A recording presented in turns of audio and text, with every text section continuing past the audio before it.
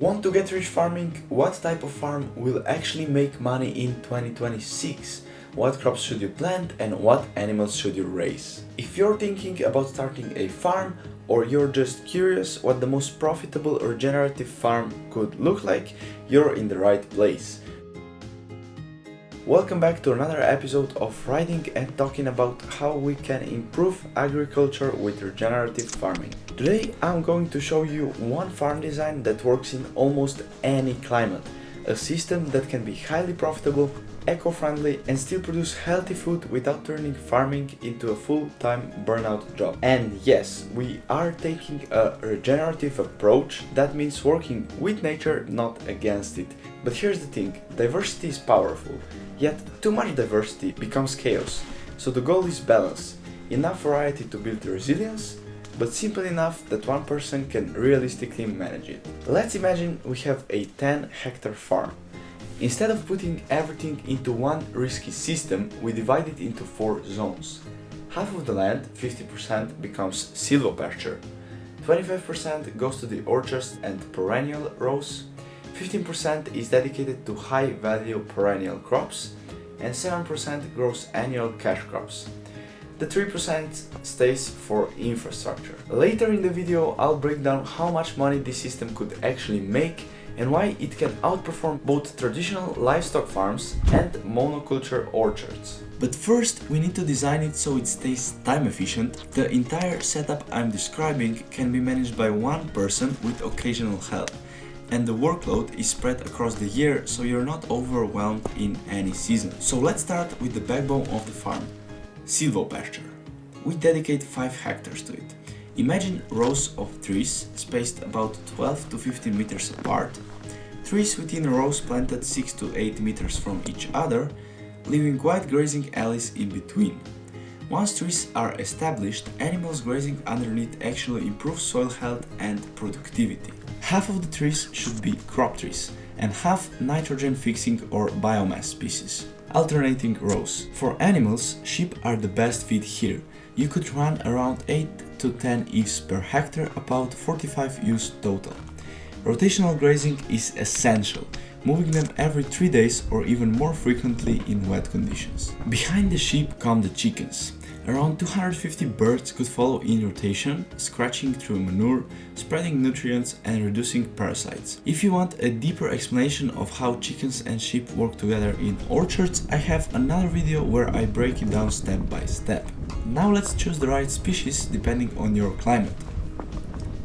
In colder and wetter areas, crop trees like apple, plum or pear work best for nitrogen fixation and biomass. Alder and willow are excellent choices. If soils stay wet, faster rotations help prevent compaction. Good sheep breeds here include Texel, Romney or Gotland sheep. In warmer, temperate climates, apple, pear or sweet cherry trees perform very well. Black locust or alder can fix nitrogen, with willow used for biomass. And in Mediterranean-like climates, olives, almonds or figs become your main crop trees, with carob for nitrogen fixation and acacia for biomass. A sheep-goat mix can also work better in these dry conditions. Next comes the orchards and perennial strip area, 2.5 hectares, or 25%. This zone is higher density and more machine-friendly. You might wonder why we don't just plant orchards everywhere, and the reason is risk. Orchards can be extremely profitable but also extremely risky.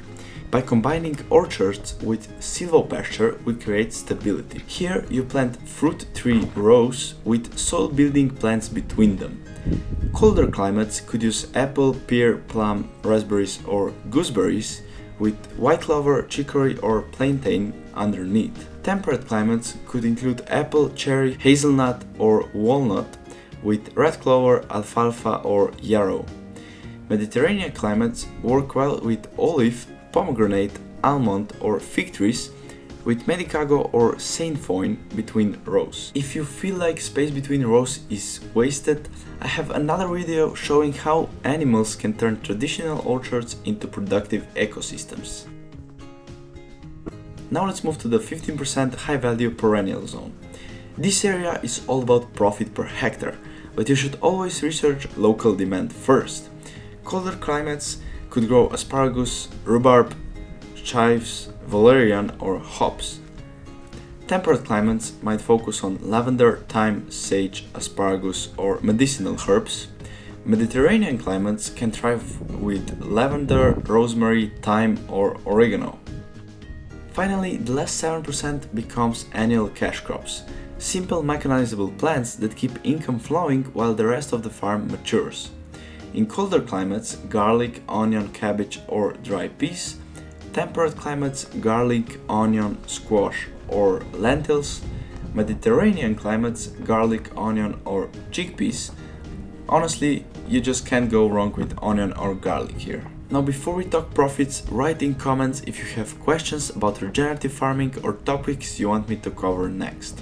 Now, the part everyone is waiting for. In the first year, this system might only bring in 10 to 20,000 euros, but that's normal. Pure orchards often make almost nothing early on, and simple livestock setups may only reach 15 to 25,000 euros. What really matters is long-term performance.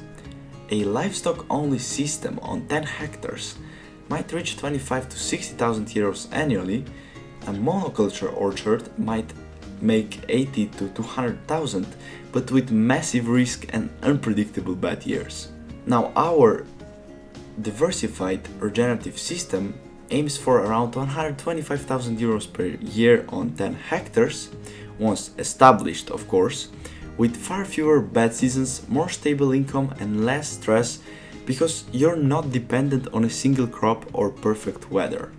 A system that scales, stays resilient, and produces truly healthy food. If you want to see more videos like this one, make sure to like and subscribe. And if you're wondering how to make serious money farming with almost no land, that might be the next ride.